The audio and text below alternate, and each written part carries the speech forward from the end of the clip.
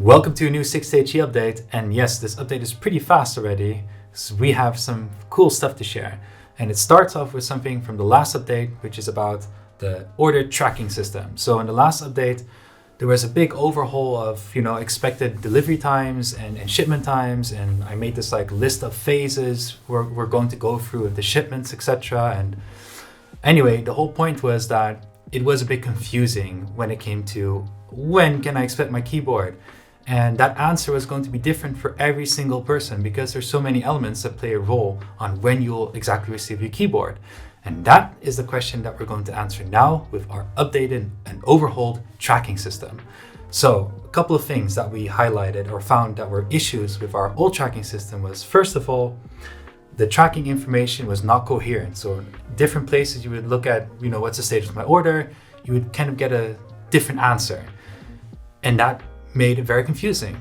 Then we had things where it was, I have air freight, but you had to deduct air freight yourself on one page, but you did not have to deduct air freight on another page. And then when, depending on what kind of shipping method you got, it didn't make a difference at all when it came to the estimate shipment date. And that was also because we didn't show an estimate delivery date, we showed an estimate shipping date. And lastly, the information was a bit scattered. So you might be looking on the hub and you're looking at that date and you notice, hey, this changed, but then where's the context? What happened, right? And you want to consume that information straight away from that point, or be able to get to that information straight away from that point, and it wasn't there. The only place you could look at was Discord stock updates channel and see what changed in that time. Or wait until, of course, this next big update. And there's one other little point, was that we showed shipment months and we didn't really show a date.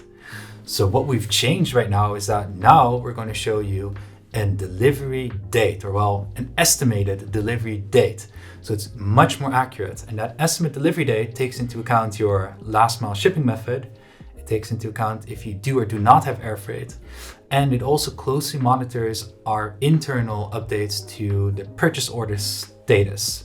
And that has a big influence on what is also displayed to you when you look in the Wooting hub, when you look at the product status, and when you look even on the product page itself.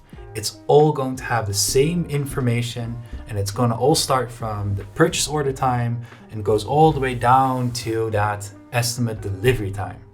And not only that, you can see in what batch or which batch is leading for that order. Click on it and find all the updates related to that batch. So you can not only find the last update for that batch, but you can also find previous updates to that batch and understand the context of that delivery date. So pause this video, go to the hub, check it out, leave some feedback below, continue this video, and then you already know that that delivery date is still the same because everything is going according to plan. Yes, the 17th of October, we're still going to have that first batch production.